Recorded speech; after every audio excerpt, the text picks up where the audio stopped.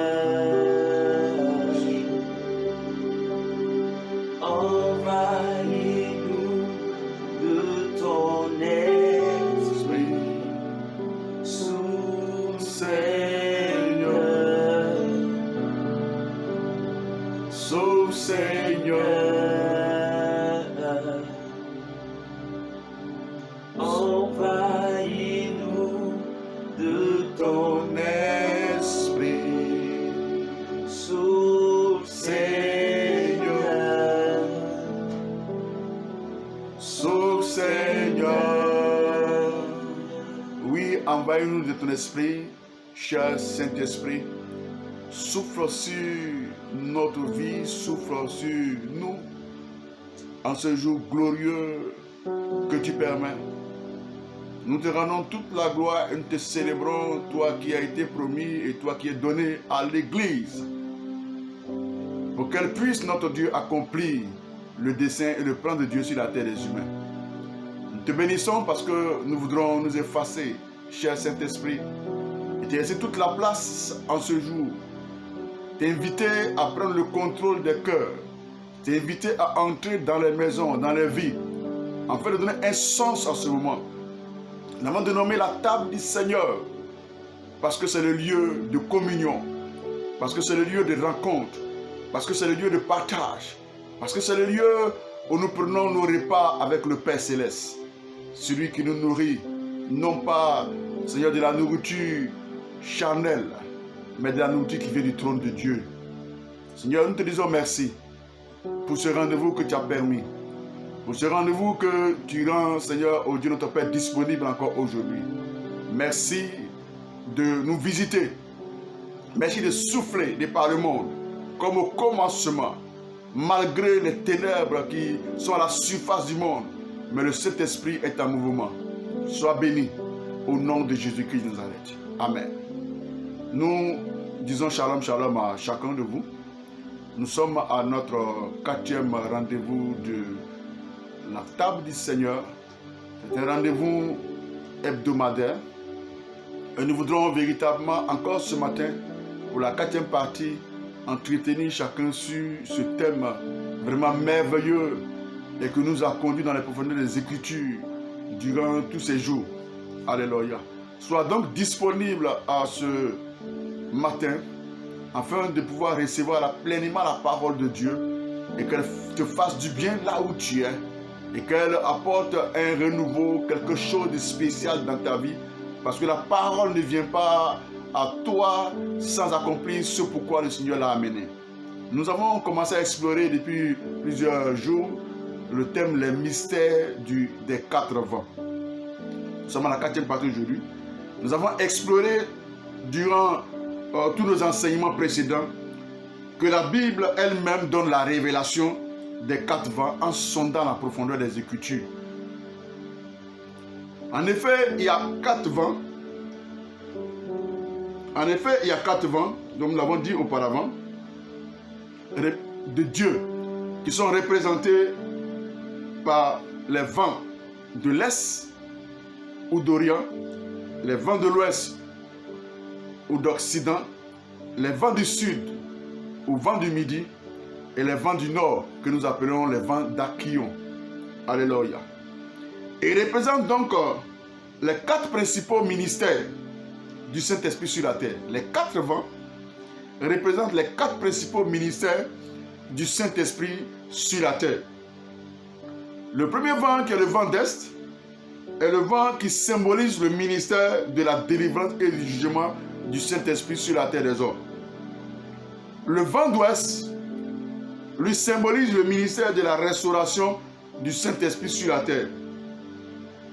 Et le troisième vent que nous avons vu, c'était le vent du Sud, que nous appelons le vent du Midi, qui symbolise le ministère de feu, le ministère de réconfort, le ministère de la direction du Saint-Esprit sur terre. Alléluia.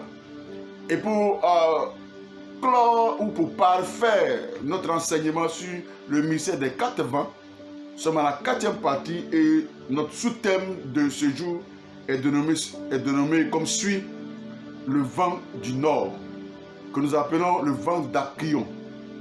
Alléluia.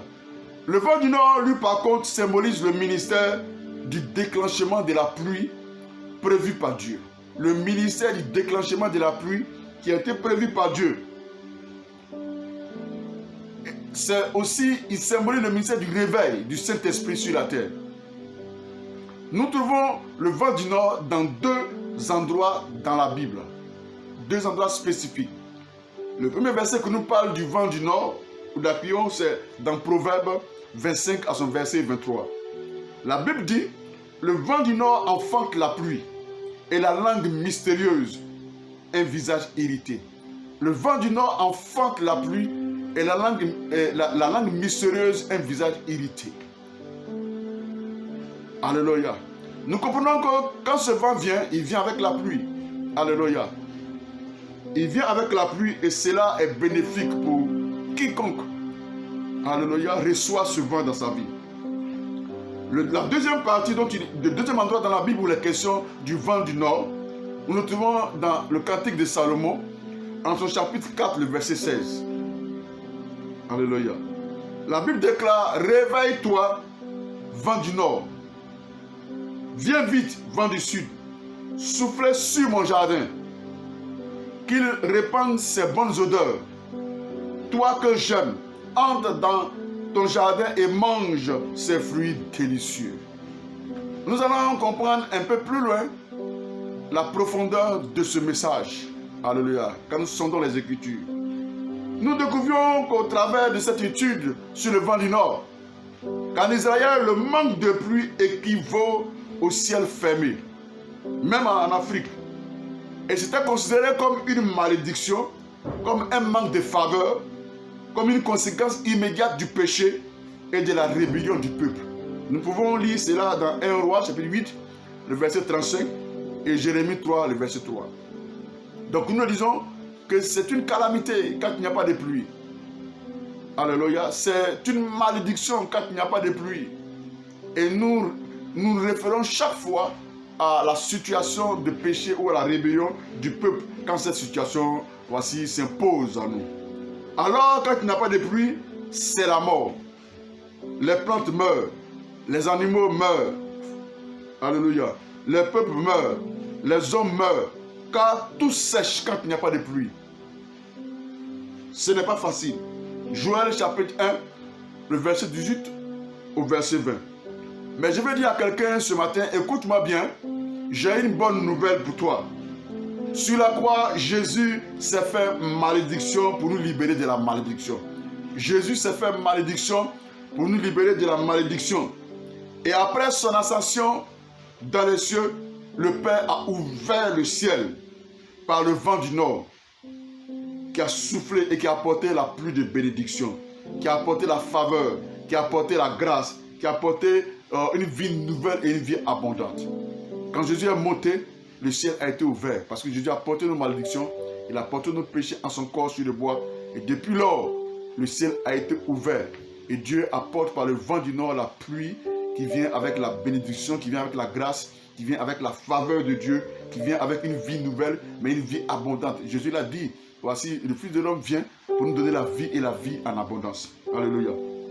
Donc nous pouvons dire que le vent du Nord enfante aussi la bénédiction. Le vent du Nord enfante la richesse. Le vent du Nord enfante l'abondance. Le vent du Nord enfante l'élévation. Le vent du Nord enfante la croissance. Là où il pleut, il y a changement, voici, de vie. Il y a changement de nature. Par contre, là où il ne pleut pas, il y a sécheresse. Alléluia. Mais, retenez bien ceci. Avant que la pluie n'arrive, il faut que le vent du nord souffle. Il faut que le vent du nord souffle d'abord pour balayer toutes les souillures en nous et autour de nous. Dieu n'aime pas le péché. Dieu haït le péché, mais il aime le pécheur. Avant que la pluie ne vienne de la bénédiction, le vent du nord souffle pour balayer tout autour de nous, pour balayer tout en nous. Alléluia. Afin que nous soyons aptes et que l'environnement aussi soit favorable à recevoir la pluie, de la bénédiction prévue par le Seigneur Jésus-Christ de Nazareth. Quand le vent du nord arrive, il souffle et enlève le péché. Quand le vent du nord arrive, il souffle et enlève tout ce qui peut faire obstacle à la destinée prophétique de quiconque. Il souffle et enlève le péché. Il souffle et balaye tout ce qui peut faire obstacle à la destinée prophétique de quiconque. Alléluia. Et tout ce qui bloque ta bénédiction, le vent du nord vient pour le balayer. Le vent du nord enlève tout sur son passage. La malédiction sur tes marchés, la malédiction sur tes entreprises, l'échec dans tes études. Alors, commence avec moi à invoquer Dieu afin que le vent du nord souffle pour ôter l'échec et la malédiction sur tes affaires. Pendant que tu m'écoutes, en esprit, commence à invoquer le vent du nord.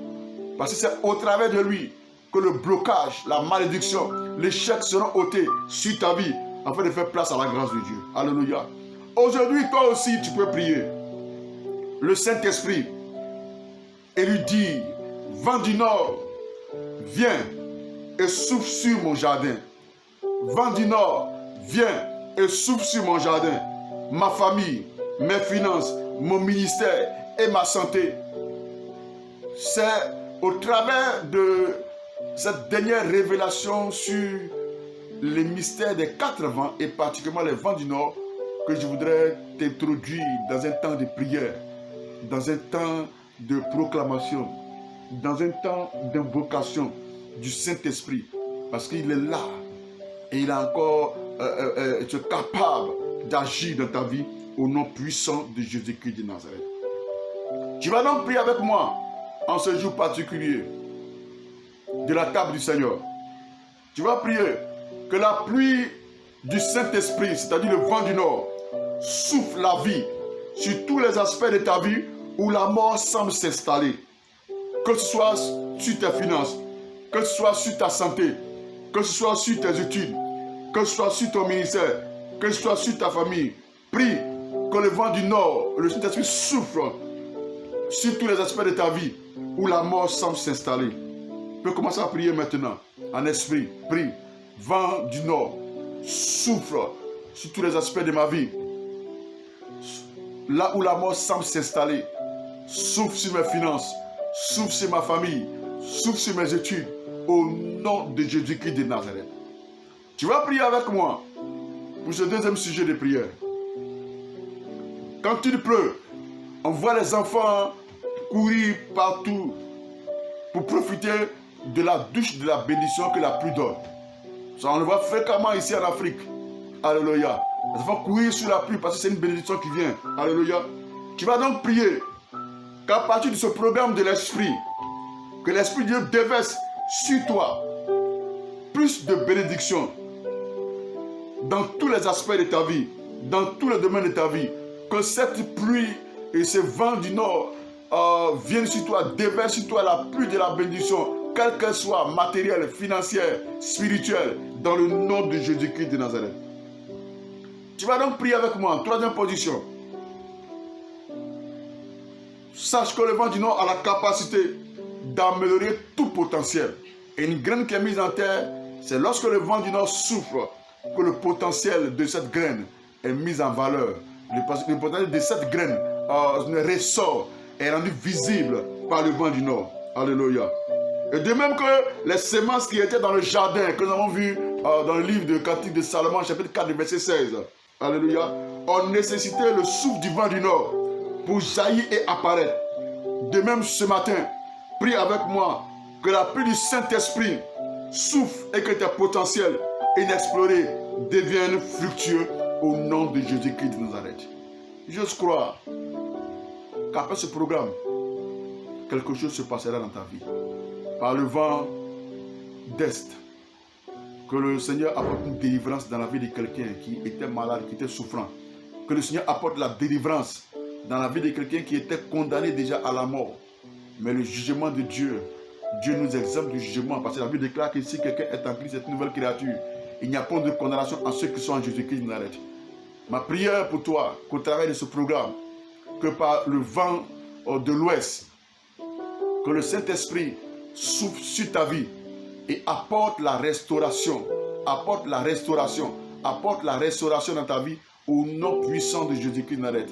Ma prière pour toi en ce jour, que le Saint-Esprit par le vent du Sud puisse apporter la chaleur pour revigorer ta foi qui t'a affaibli, puisse apporter la direction de l'Esprit de Dieu pour toi qui manquait de direction, puisse apporter le réconfort à ton cœur, puisse te bénir de façon extraordinaire.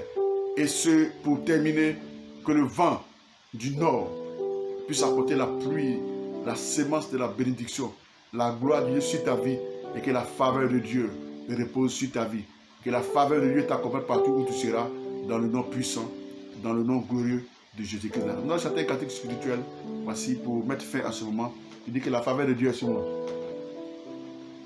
Glorifié, Oh, Shalabakoro, glorifié est son nom, que la terre soit remplie de sa gloire.